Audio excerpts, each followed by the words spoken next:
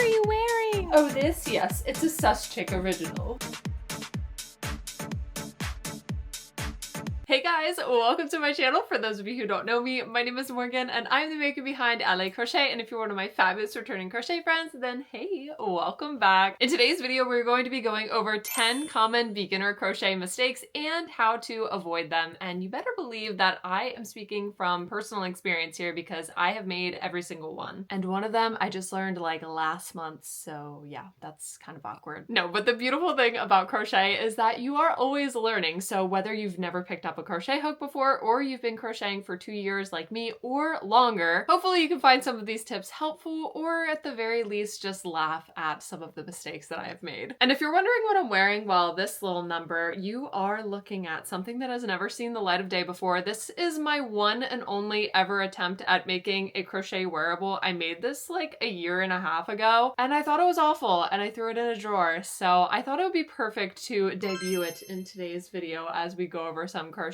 mistakes. Before we get into it though, be sure to like this video and subscribe if you would like to see more fun crochet related content like this in the future. A few announcements before we get started, you guys. My 15-in-1 Larry the Land Turtle dress up pattern releases this Saturday. I cannot wait that it is almost finally here, you guys. I'm so excited for this pattern. Of course, all of the shells are removable with these little straps underneath of them, and like I said, there's 15 different shell options. I will show all of them right here. You can mix and match them. It is perfect for markets. The actual body and most of the shells are completely no-sew, so it works up really quickly, and it's just the most adorable little size. So yeah, it comes out this Saturday. It'll be available on my Etsy. And huge shout out to my lovely Patreon members for testing this pattern for me. If you did not know, I am on Patreon. We do exclusive pattern tests, Zoom hangouts, Patreon lives, bonus events, which the next one that we are going to do revolves around Lil Larry. We are having a live Lil Larry fashion show, you guys. There's prizes up for grabs. Everyone's designing their own shells. It's going to be absolutely amazing. And everyone in level 2 through 4 gets the 15-in-1 turtle bundle. So if you would like to check out my Patreon and join our super fun community, the link is in the description below. But alrighty, you guys, without further ado, let's get into today's video. So you guys, 10 crochet mistakes. I have been there. I have done that. I made little bullet points for myself to kind of keep myself on track with this video. And last night when I was creating those bullet points, it was hilarious thinking back to all of the things that I did when I was first learning how to crochet, and even some more recent stuff, which was kind of fun to explore. But the first mistake that I have for you guys that I definitely made is trying to learn crochet the wrong way. And what I mean by this really is trying to learn crochet in a way that just does not jive with the way that you learn things or with your learning style. So for example, I am very much a visual learner. I learned everything that I know watching crochet YouTube tutorials, which is a big part of why I made some tutorials myself. So naturally, as a visual learner, I thought that it would be a wonderful idea to learn how to crochet with a book. And no hate to this book. I mean, it has a bunch of fun like diagrams and patterns in here, but it's just a sea of pictures and arrows, and everything was so confusing and I wasn't sure where the hook went when. It really was a mess, and honestly just confused the entire process way more than it needed to. So very shortly after getting this, I switched over to YouTube tutorials, and it was like the clouds parted and everything started to make sense. And one of the other great things that I really like about tutorials is that they also kind of simultaneously teach you how to read crochet patterns, especially the ones that have like the written instructions in the video as well, which is why when I started making my tutorials, I also did that. So if you are a visual learner and you know that about yourself, highly recommend going on YouTube, typing in how to do a slip stitch, how to do a chain, how to do single crochets, and just kind of build up from there. It's so much more helpful than trying to learn from a book. And if you are someone who can learn from a book, that is fabulous. Highly recommend this book right here. I got it from Michael's, though it was like 2 years ago, so I don't know if they still have it. But mistake number 2 is buying every sized hook imaginable on day 1. My lovely friends, I present to you perhaps every size hook that you could possibly need, unless you wanted to do some like mega ultra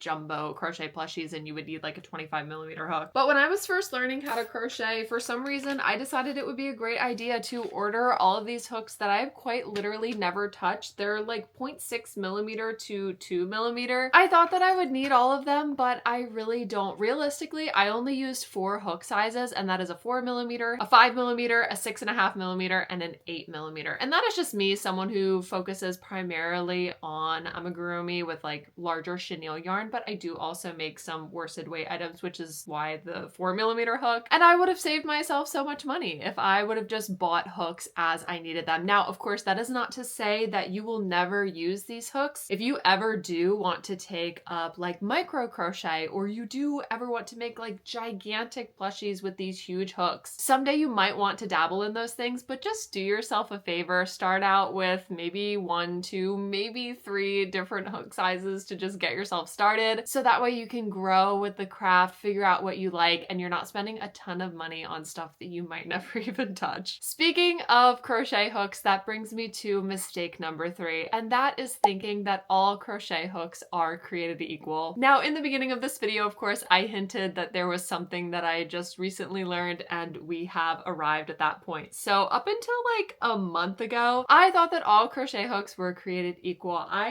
Look, I can show you guys right here. I have been using this little no-name metal hook for so long. You can see it used to be this dark blue color. Now all of that has worn off because I used it so much. And I always thought that all metal hooks were created the same. I didn't really see the point in having the grippy one. And I just thought metal is metal, and it probably doesn't make that big of a difference. When last month I tried for the very first time, because of lovely Consuelo sent it to me, a clover hook. You guys, when I say this hook is so much better, I can't even describe it. And this is coming from a completely unbiased source. The metal up here, it's actually brushed aluminum, so it feels so different when you're actually crocheting with it. When you're crocheting with like worsted weight yarn, if you've ever noticed that it gets really squeaky, this really helps to eliminate that. I do also really like the grippy, and that is coming from someone who never liked grippies before. It is definitely great to start out with beginner hooks so that you can get into the craft kind of at a lower price point. It's an inexpensive way to get started, but once you decide that you do want to spend more time crocheting, it is definitely worth it. If you're gonna put in a lot of miles, definitely worth it to have a better crochet hook and just kind of invest in that. Crochet mistake number 4 is, and this one might be a controversial one, but starting with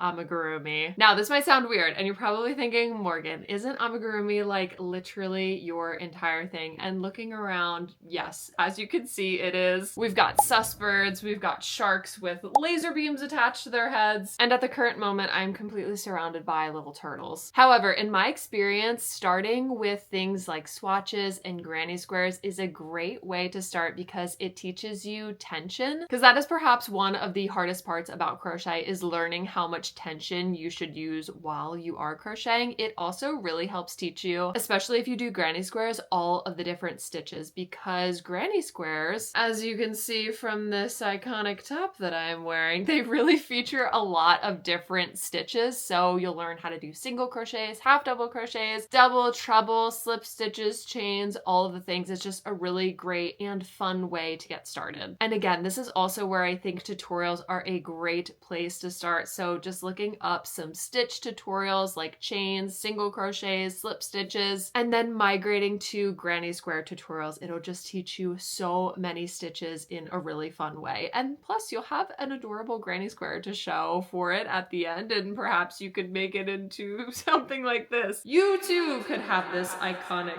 potato sack tank top. And this one kind of goes hand in hand with number 4, but number 5's mistake is starting off with chenille yarn. I know, trust me, I've been there. It's super tempting. It's really fluffy. It looks super fun. Naturally, if your goal is to crochet more on the amigurumi side of things, you probably would be more drawn to starting with chenille yarn, but I want you to resist that urge. I highly recommend starting with worsted weight yarn and something that is at a lower cost like acrylic yarn. And this is actually perhaps the one mistake that I did not make. I actually started with one skein. Oh my gosh, I remember. It was a skein of like burnt orange acrylic yarn from Michaels. I think it was like the soft classic acrylic yarn, or no, it actually might have been the impeccable yarn. I got that skein, I got that book and a bunch of hooks, and I just went to town. But starting off with yarn like that is, well, number one, it's much cheaper because worsted weight yarn, you get a lot more yardage for it than you do with chenille yarn. But number two, it is also so much easier to work with because chenille yarn, if you've ever worked with it, you know that it does shed a lot, especially when you're frogging it. And trust me, when you are first learning how to crochet, you are going to be frogging a lot. And acrylic yarn is really, really forgiving. You can frog it a million times and it will still be okay. I still remember frogging my little square. Oh my gosh, you guys. This is the very first thing that I ever crocheted. I guess this isn't really burnt orange. It's more of like burnt mustard. But as you can see here, we've got some jagged edges. We've got some spacing, some gapping in there, but I love her nonetheless. My very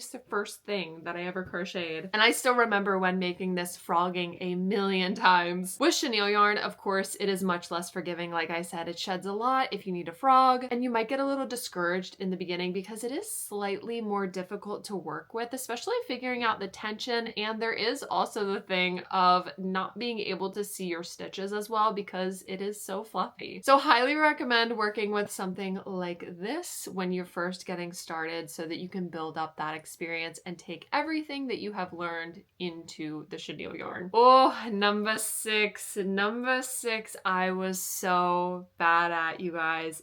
I can't, it pains me that I did this. So the sixth mistake is pulling each stitch tighter after you make it. So I don't know what it is. I was under the impression when I first started crocheting that each stitch needed to be so tight. It needed to be like strangled and then like the biggest knot possible. Trust me, it does not need to be that tight. I think the reason I thought that was because I didn't want there to be any gaps in between the stitches. And I thought that the way that you avoided gaps was by the stitches just being as tight as possible. Which, I mean, honestly, like I could see how you would think those things, but actually no. You need so much less tension than you actually think you need. Pulling each stitch tighter after you make it actually kind of makes things more misshapen, which leads me to mistake number 7, using way more tension than you think you need. And as someone who was pulling each stitch tighter after they make it, you could probably imagine that I was also using way too much tension too. You know how they say crochet is really relaxing and oh my gosh, it's such a nice hobby, which it is, but of course with learning a new craft, you might be more on edge because you're just so focused on getting everything right. So naturally with that, my shoulders came up and I just had so much tension in my hands and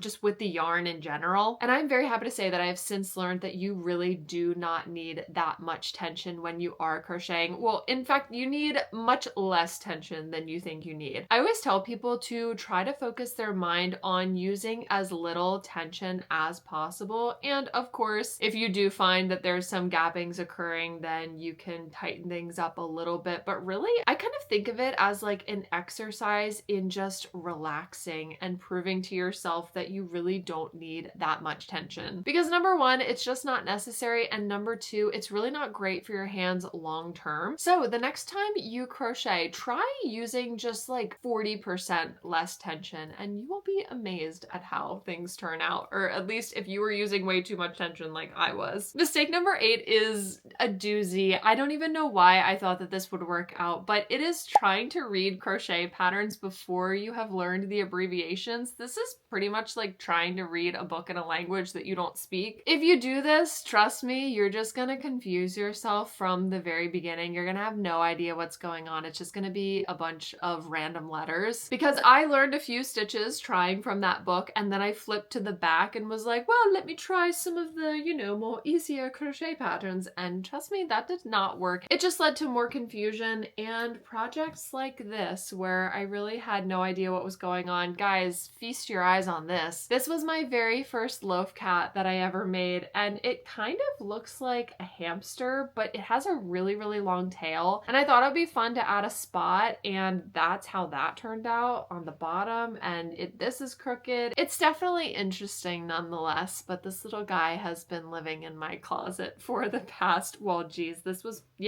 like 2 years ago. Comparing this to Sus Chick, how far we have come. That is why I always say the best way to learn how to read crochet patterns is just by going on YouTube and looking up some tutorials, especially bonus points for the ones, like I said before, that have the actual written pattern instructions included on the screen as you are crocheting. Once you do that, even just a few times, it really starts to become second nature and you start to understand what all of the stitches do. Mistake number 9 is not stuffing the plushie enough before closing it. I looked all over the place, you guys. I wish I could find it. So like the second thing that I ever made, I believe, was this pumpkin, and it was so lopsided. If I can find a picture, I will for sure pop it on the screen for you guys. But I did not place enough stuffing into it because as I was closing it up, I just kind of assumed that I already had enough stuffing into it. And of course, after you stuff it up, it becomes way more difficult to add more. So I just had this really big lumpy pumpkin, which honestly is really endearing to look back on. But as a beginner, make sure before you close up your project that you do have enough stuffing in there, or at least as much as you would like. But of course, remember not to go so far that you stuff it so much that you can see that stuffing actually emerging between the stitches, because we've all been there as well. And now finally, that brings us to crochet mistake number 10. And this one is kind of more amigurumi related, but that is not double checking that your eyes are even before placing the backs. I can't even tell you how many times I did this. I would just willy-nilly place the eyes and be like, oh yeah, that looks good, only to find out that I placed them in 2 entirely different rows and they were kind of crooked. And trust me, the backs of safety eyes and sinker eyes, if you're getting the right ones, are really strong, which is obviously a really good thing, but it makes it very, very difficult when you have to remove those eyes because you installed them wrong. So do yourself a favor and just quadruple check your safety eyes before you place them. And I have one more bonus one for you guys. This is bonus mistake number 11. Crocheting projects that you think other people want to make and not ones that you genuinely want to make. So many people ask me all the time, how do I avoid crochet burnout? And that is pretty much just by crocheting things that I genuinely want to make and designing things that I am very excited about. When you first get started with crochet, you might feel pressured to kind of fit yourself into a box. So if you're gonna make wearables or household items, you might think, oh, I can only make these things. Or if you want to get started with amigurumi, you might think, oh, I can only make like these little styles. But trust me, do whatever you love, because it will genuinely foster a lifelong love for the craft, and it'll really help you find your style. And once I realized that, that is when I really started to design some of the things that are a little bit on the strange side, but I genuinely wanted to do. Like the susbirds, the suspicious ostriches, and of course the sharks with the laser beams attached to their heads. And thank goodness that I gave myself permission to do that, because had I not, what would I even be doing if I didn't have this face staring back at me every day? And you guys, that wraps up our 10 and really 11 common beginner crochet mistakes. To all of the newer crochet friends out there, I hope you found this video helpful, and to everybody, I hope that we were able to just kind of laugh at some of the mistakes that I've made together. And I'm so curious to know, what are some crochet related mistakes that you guys have made? I want to read them. I want to laugh together. Drop them for all of us in the comments below. A reminder again that the Lil Larry pattern bundle releases this Saturday, May 16th. The listing will be available on my Etsy, and huge shout out to all of my lovely Patreon members for testing this pattern. As always, if you're crocheting while watching this video, let all of us know what you're making in the comments, and I hope you guys have a great rest of your week, and I'll see you in next week's video. Bye!